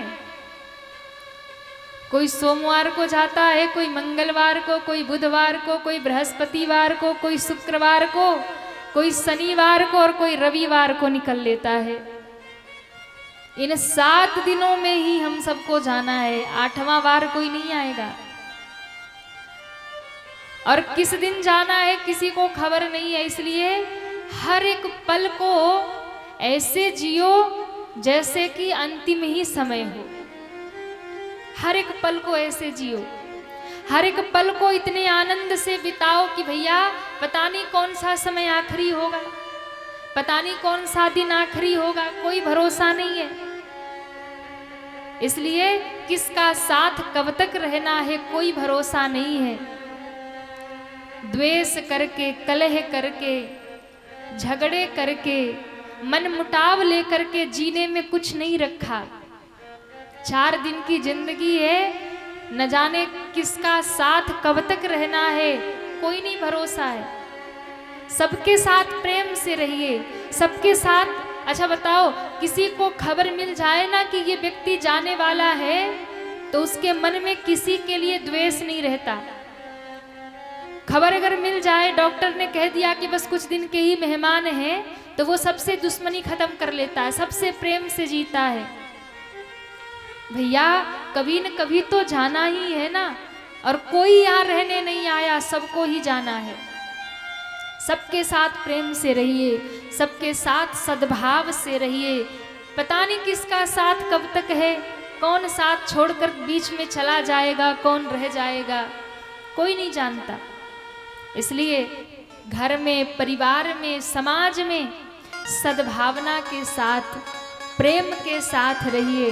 हर पल को आनंद से बिताइए, सबके साथ प्रेम से रहिए और सबसे अधिक भजन करते रहिए। प्रेम से भगवान को याद करते रहिए। न जाने कब जाना पड़ जाए, न जाने कब आखिरी श्वास हो, न जाने कौन सा दिन आखिरी हो, इसलिए हर पल भगवान को याद करते रहिए। हर पल भगवान का सुमिरन करते रहिए। क्यों? क्योंकि जब मौत आएगी तो ना दुनिया साथ जाएगी, ना घर परिवार साथ जाएगा, ना धन साथ जाएगा, कुछ भी साथ जाने वाला नहीं है। ईमानदारी से बताइए, यहाँ जितने लोग बैठे हैं, क्या साथ में तिजोरी का खजाना जाएगा, पैसा जाएगा, रुपया जाएगा? कुछ नहीं जाएगा। मौत जब आएगी तो अकेले ही जाना पड़ेगा। ना बेटा संग जाएगा, ना बेटी संग जाएगी, ना घर वाले परिवार वाले, ना रिश्तेदार साथ जाएंगे, ना धन साथ जाएगा। साथ क्या जाएगा? जितना भजन किया है, दान किया है, सत्संग किया है, भक्ति किया है, भगवान का नाम लिया है, बस वही साथ जाएगा, बाकी सब यही रह जाएगा। बस यही साथ जाएगा। इसलिए तो कहते हैं सज धज कर जिस दिन मौत की शहजादी आएगी, न सोना काम आएगा, न चांदी आएगी। जिस चक्कर में आप पड़े हो ना, कुछ भी काम आने वाला, मौत जब आएगी तो सज धज कर जिस दिन मौत की, सज धज कर जिस दिन मौत की शहजादी आएगी, न सोना काम आएगा, न चांदी आएगी। न सोना काम आएगा, न चांदी आएगी। न सोना काम आएगा, न चांदी आएगी। न सोना काम आएगा, न चांदी आएगी। सज धज कर जिस दिन मौत की शहजादी आएगी, सज धज कर जिस दिन मौत के शहजादे आएगी, न सोना काम आएगा न चांदी आएगी, न सोना काम आएगा न चांदी आएगी। जरा उठाइए दोनों हाथों को, हरि बोल। जय जय।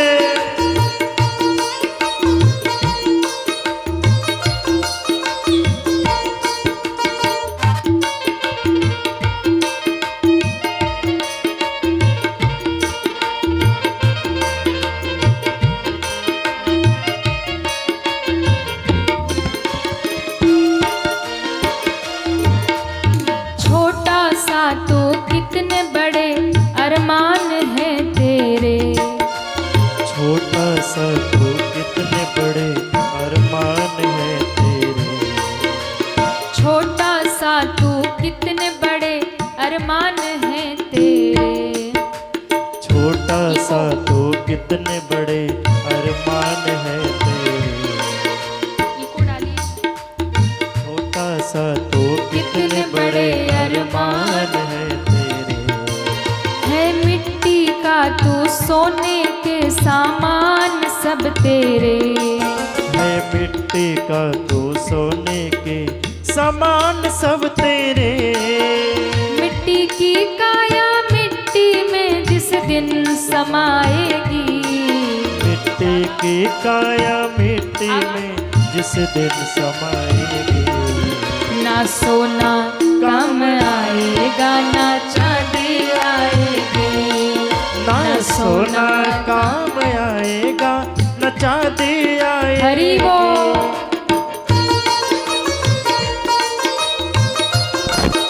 श्री राधे।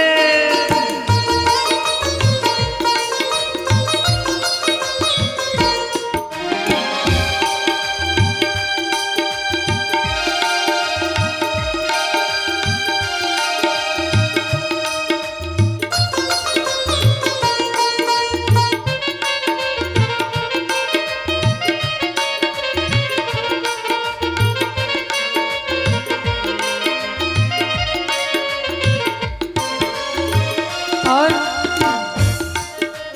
कर्मों का परिणाम तूने पाया मानव तन, कर्मों का परिणाम तूने पाया मानव तन, दुनिया में क्यों भूला हुआ क्यों भटका तेरा मन, दुनिया में क्यों भूला हुआ क्यों भटका तेरा मन, ये माया की नैया भव सागर में, माया की नैया भव सागर में, माया की नैया भव सागर में, माया की नैया भव सागर में, एक दिन डुबाएगी, ना सोना काम आएगा ना चांदी आएगी, न सोना काम आएगा न चांदी हरि आएगी। बोल।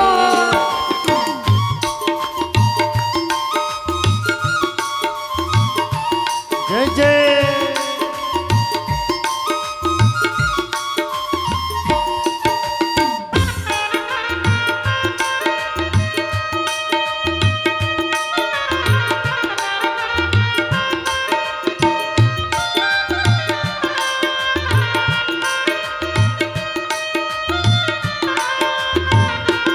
हरि बोल।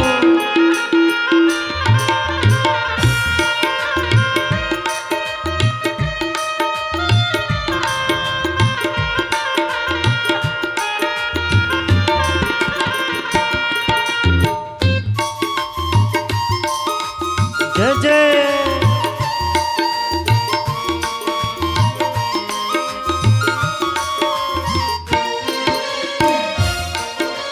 पंछी है तू तोड़ पिजड़ा तोड़ के उड़ जा, पंछी है तो छोड़ पिजड़ा तोड़ के उड़ जा, पंछी है तू छोड़ पिजड़ा तोड़ के उड़ जा, पंछी है तो छोड़ पिजड़ा तोड़ के उड़ जा, माया महल के सारे बंधन छोड़ के उड़ जा, माया महल के सारे बंधन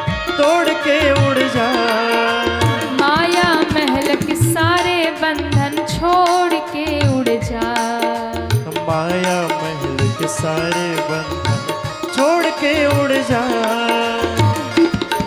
दिल की धड़कन में मौत जिस दिन गुनगुनाएगी, दिल की धड़कन में मौत जिस दिन गुनगुनाएगी, ना सोना काम आएगा न चांदी आएगी, ना सोना काम आएगा न चांदी आएगी, ना सोना काम आएगा न चांदी आएगी। सज धज कर जिस दिन मौत की शहजादी आएगी, सज धज कर जिस दिन मौत की शहजादी आएगी, ना सोना काम आएगा न चांदी आएगी, न सोना काम आएगा न चांदी आएगी, ना चांदी आएगी, न चांदी आएगी, न चांदी आएगी।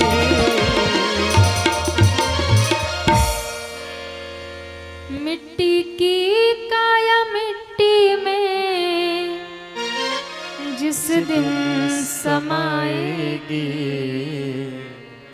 न सोना काम आएगा न चांदी आएगी। कुछ भी काम आने वाला नहीं नहीं है। क्या काम आएगा?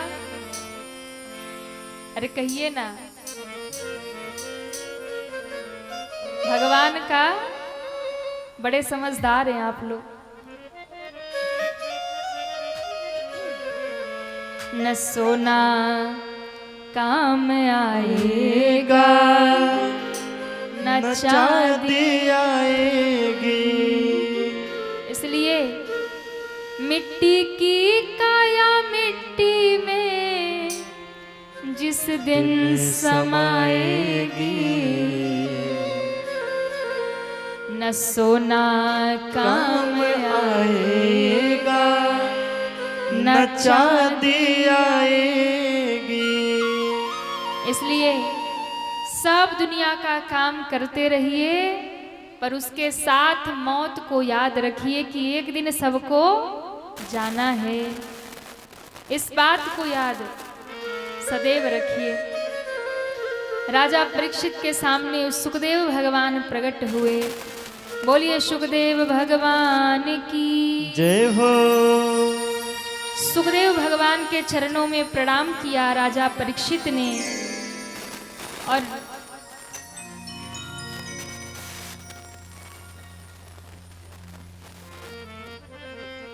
प्रणाम करके कहा कि महाराज कृपा करके बताइए जल्दी से जल्दी मरने वाले को क्या करना चाहिए। सुखदेव भगवान ने कहा राजन, मनुष्य का जीवन 100 साल का है, पर इस कलयुग में 100 साल भी किसी को जीवन मिलता नहीं है। अब तो कोई 50 में जा रहा, कोई 55 में, कोई 60 में गया, कोई 70 पार कर ले, 80 चला जाए तो बहुत बड़ी बात हो जाती है। जैसे जैसे कलयुग बढ़ेगा वैसे वैसे आयु भी मनुष्य की कम हो जाएगी। पहले के लोग 100 साल जीते थे, 110 साल 120 साल जीते थे, पर धीरे धीरे कलयुग जैसे जैसे बढ़ेगा आयु कम हो जाएगी। अब कोई 60 साल, कोई 70 साल, 80 साल, इससे ज़्यादा कोई बढ़ नहीं पाता। कोई कभी 90, 100 चला जाता है। बाकी तो भैया सब आधे समय में ही चले जा रहे। तो इसलिए राजन, हर जीव को प्रयास करके अपनी मुक्ति का उपाय करना चाहिए।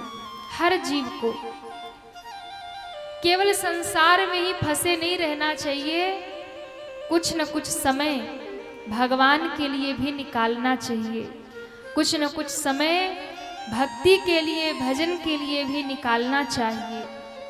इसलिए राजन, भगवान को प्राप्त करने के लिए ना तो बहुत अधिक धन की आवश्यकता है, ना तो पद की आवश्यकता है, ना तो भगवान को प्राप्त करने के लिए बहुत सुंदर होने की आवश्यकता है। भगवान को प्राप्त करने के लिए तो केवल और केवल जीवन में भक्ति होनी चाहिए।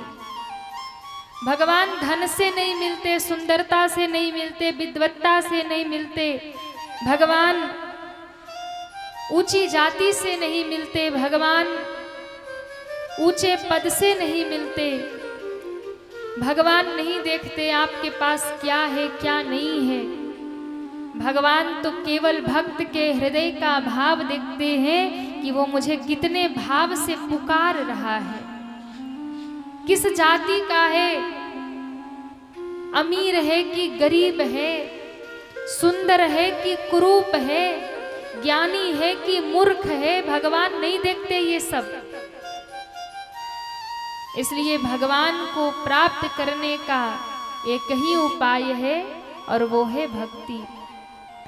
अरे भाव से तो भगवान विदुर जी के घर आते हैं और विदुरानी के हाथ का केले का छिलका खा जाते हैं। विदुर जी की कथा सुनाई, किस प्रकार से भगवान विदुर जी के घर पधारे और विदुर जी के घर जाकर के भगवान ने केले के छिलके का भोग लगाया। विदुर जी महाराज मंत्री हैं कौरवों के यहाँ, लेकिन जब पांडवों पर कौरव अत्याचार करने लगे तो धृतराष्ट्र को समझाने लगे विदुर जी। कहा महाराज, एक भाई होने के नाते नहीं, एक मंत्री होने के नाते मैं कहता हूं कि आप न्याय नहीं कर रहे। दुर्योधन ने पांडवों को हर प्रकार से विहीन किया है और हर प्रकार से उन्हें मारने का प्रयास किया है। क्या आपको ये चीजें समझ में नहीं आती? आप न्याय क्यों नहीं करते? दुर्योधन ने सुन लिया और कहा काका जी, हमारा ही खाते हो और हमारे पिता को ही भड़काते हो। मंत्री पद छीन लिया, निकाल दिया घर से। 12 वर्ष हो गए, विदुर जी और विदुर जी की पत्नी दोनों वन में रहते हैं। 12 वर्षों से अन्न नहीं खाया, फलहार करते हैं और भगवान को याद करते हैं, भगवान का सुमिरन करते हैं और कहते हैं आज भगवान हस्तिनापुर में शांति दूत बन करके आए हैं, पांडवों की ओर से उनका हिस्सा मांगने आए हैं। तो दुर्योधन ने जबरदस्ती छीन लिया था। भगवान जब दुर्योधन से आए शांति प्रस्ताव लेकर, दुर्योधन ने किया, केशव युद्ध के बिना सुई के नोक के बराबर भूमि नहीं दूंगा मैं, जाके कह दो पांडवों से।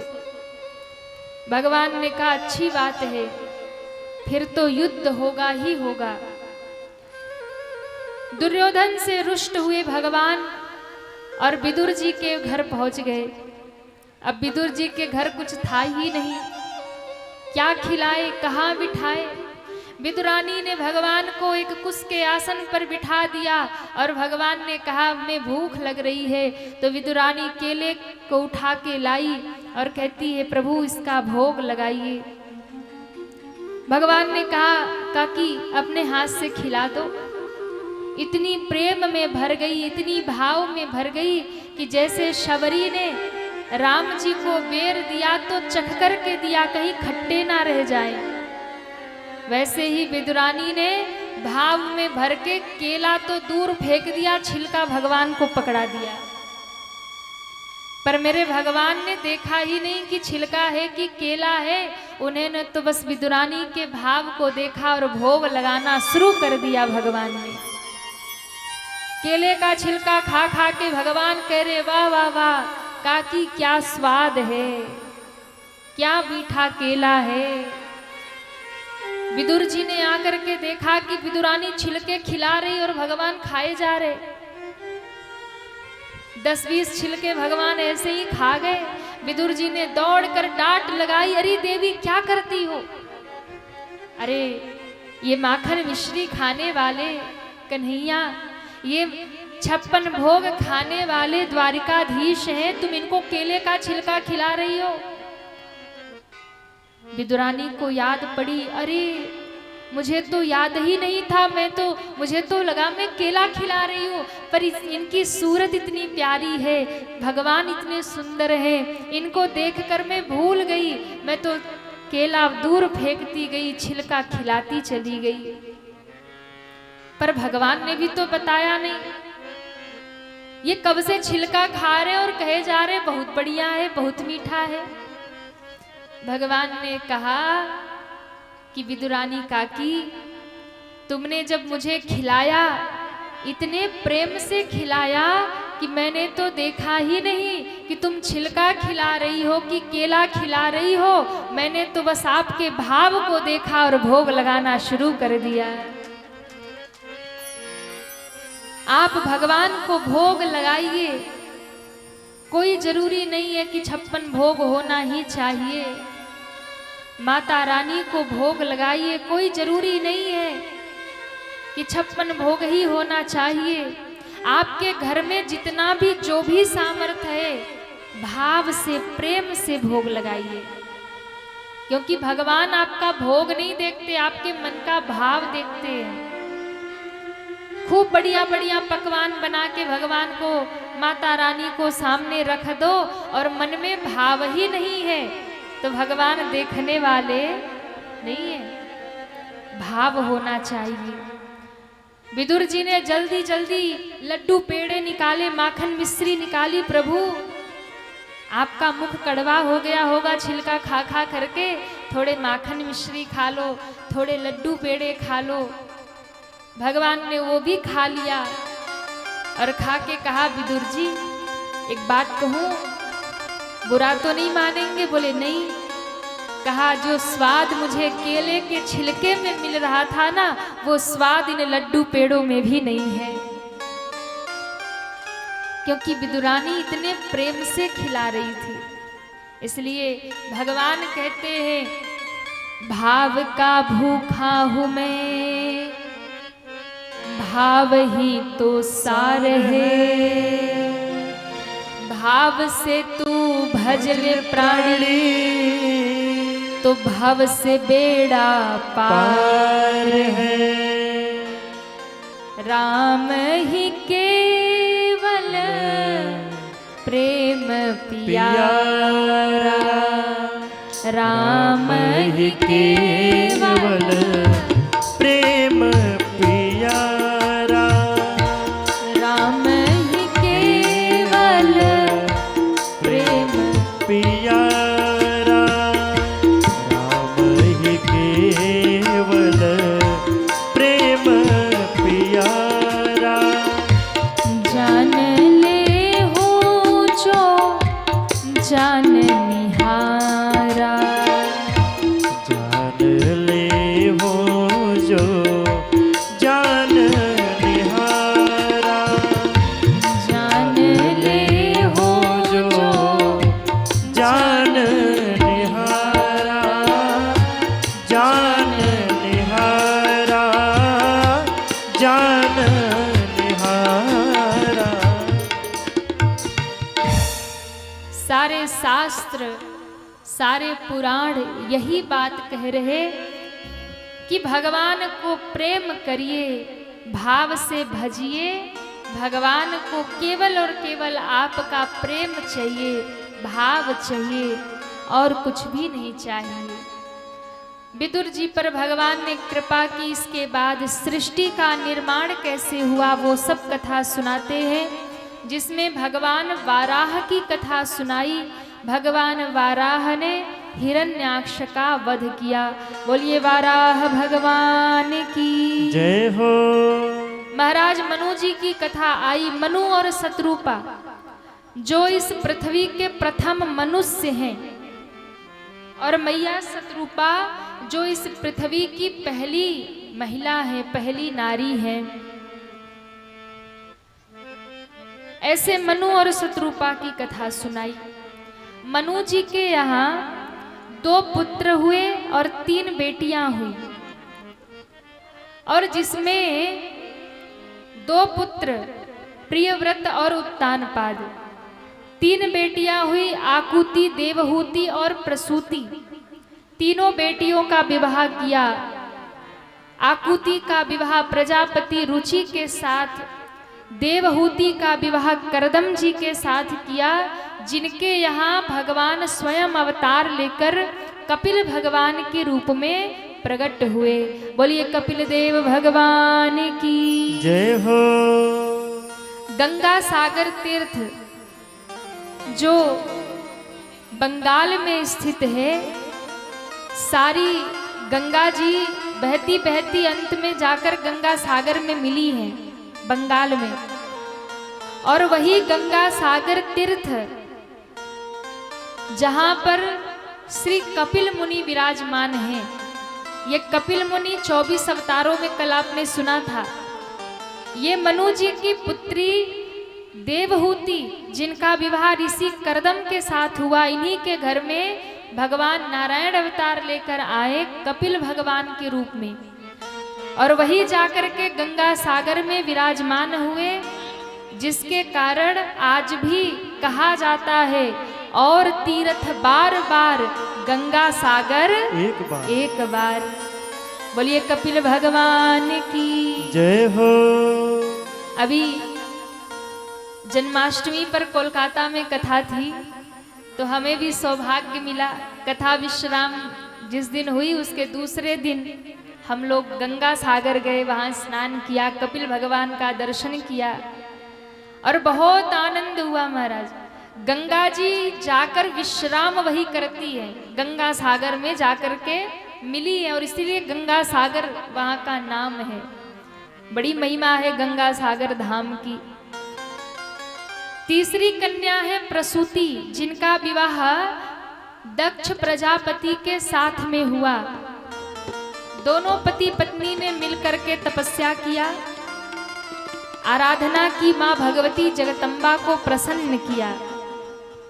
भगवती जगदम्बा प्रसन्न हुई, कहा वरदान मांगो। प्रसूति और प्रजापति दक्ष ने कहा मां आप हमारे घर में बेटी बन के आ जाओ। क्या मांगा?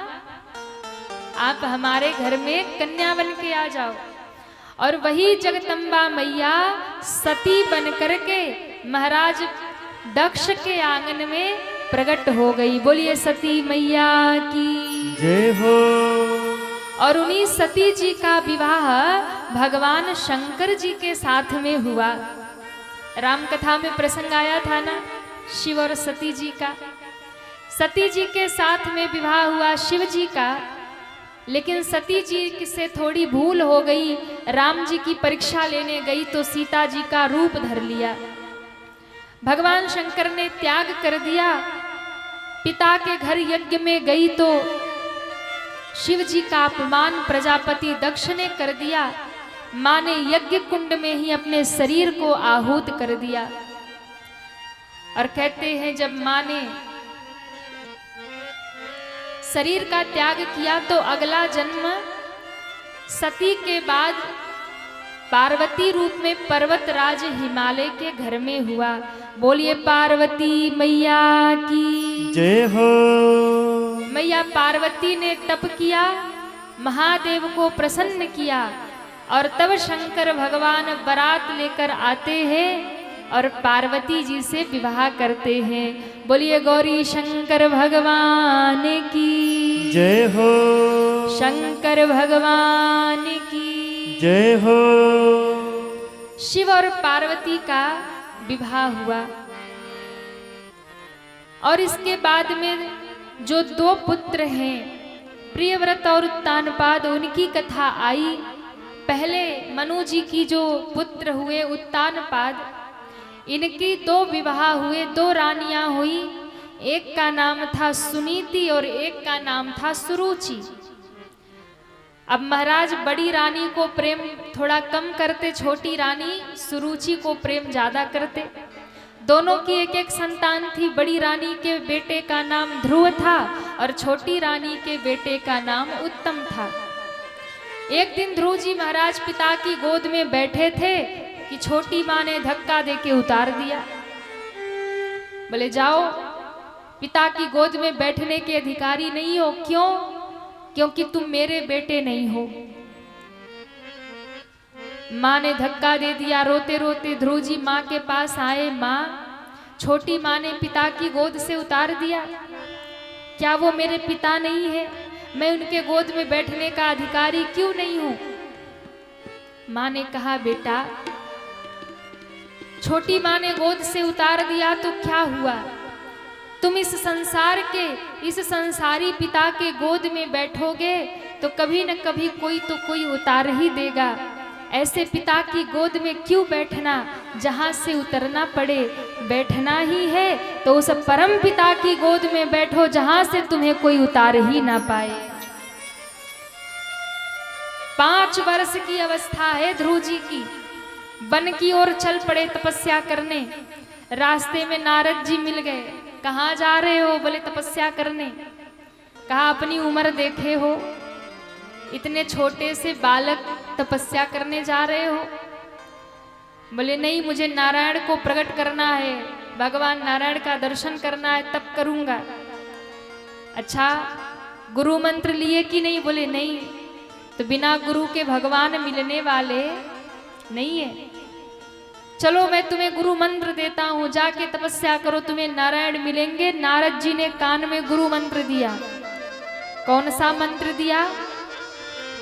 कौन सा मंत्र दिया? ओम नमो भगवते वासुदेवाय। ओम नमो भगवते वासुदेवाय। ओम नमो भगवते वासुदेवाय। ओम नमो भगवते वासुदेवाय। वासुदेवाय मेरो रामचंद्राय। वासुदेवाय मेरो रामचंद्राय। रामचंद्राय मेरो कृष्णचंद्राय। रामचंद्राय मेरो कृष्ण दोनों हाथ उठा के ओम नमो भगवते वासुदेवाय। ओम नमो भगवते वासुदेवाय। वासुदेवाय। हाँ, वासुदेवाय वासुदेवाय। ध्रुव जी तपस्या कर रहे। आज की वाणी यहीं पर विश्राम। आगे की कथा कल हम सभी श्रवण करेंगे। सभी दोनों हाथ जोड़िए, भाव से बोलिए। कथा विसर्जन